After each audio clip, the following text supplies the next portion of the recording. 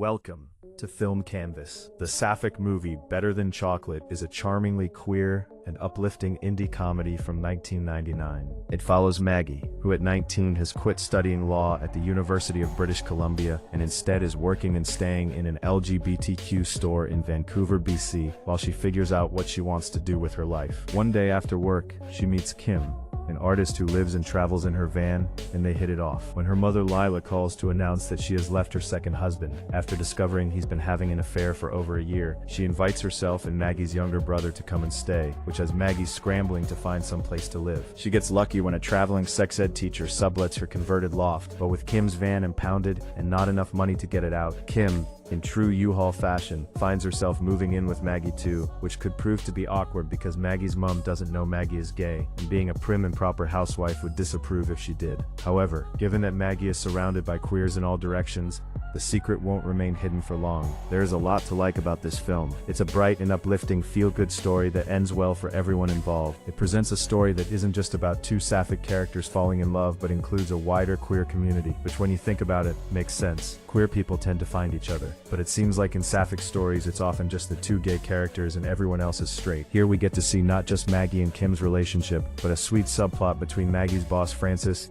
and her admirer Judy, with Francis running an LGBTQ bookstore and the issues getting queer books through customs, and Judy working at a gay bar as a singer, means the story touches on some queer culture and queer issues. In fact, the bookstore 10% was based on the real-life store Little Sister's Book and Art Emporium that still exists today in Vancouver's West End, which had run-ins with customs seizing queer books because they were labeled as obscene material during the 90s. The fucking Supreme Court has declared this material is not obscene. In case you haven't noticed, this is not the Supreme Court. We are here in customs, and I have a job to do. Oh, just following orders are we, asshole? 25 years down the line, where access to queer media is so much easier, it's a reminder of this period in time where queer bookstores could exist, but not without issues, giving the movie a thread of activism throughout that was perhaps less in your face than films like The Itty Bitty Titty Committee and other rebellious indie flicks of the 90s that made up the wave of new queer cinema that had dominated the decade. What it has, at least in my opinion, helped this movie age better, giving a window into a moment in place and time, while wrapped up in a feel-good narrative to make it an easy and enjoyable watch. The movie also did something that has been all too rarely seen before or since, which is including a compassionate portrayal of a trans-sapphic character in Judy.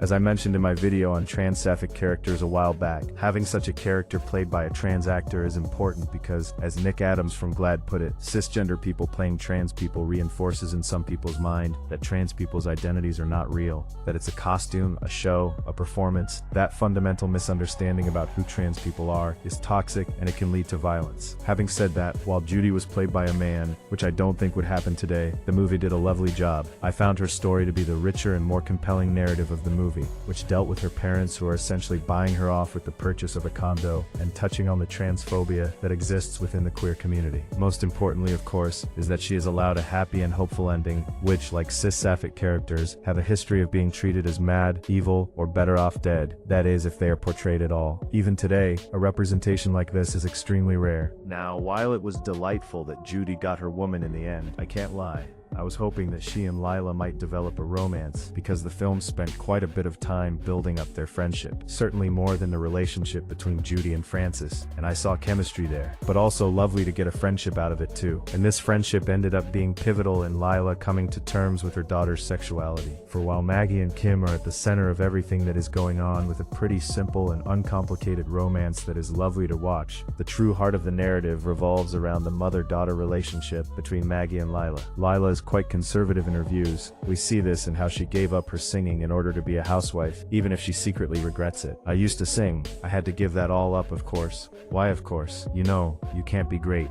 You can't be the best. That's ridiculous. What if it's what you really love to do? We see it in how she is adamant that there is no future in the arts as a career, and is thus pushing that belief onto her kids, and how she is critical of Maddie and how she dresses. You're looking so, I don't know, just chimey these days. She tries to be understanding when she finds Maggie and Kim in bed together together. Nonetheless, her prejudices rise to the surface. I mean, do you actually think you're in love? This causes a rift between the young lovers when Maggie is unable to say out loud that she is in love with Kim, leading to Kim leaving. But this little wobble between them is short-lived, by which time Lila seems to have come to terms with it. You go on now, go on. It's a pretty big turnaround that is in large part because of her realization that Judy is trans and a lesbian. She's clearly shocked to discover that Judy is trans, but it's ultimately something of a non-issue, and instead she finds herself joining in with Judy in a bit of rage therapy, where they throw paint all over the wall of the new condo, as a way to deal with the disappointment of the life she thought she was meant to live. Lila actually expresses more surprise at discovering that Judy's crush, Francis,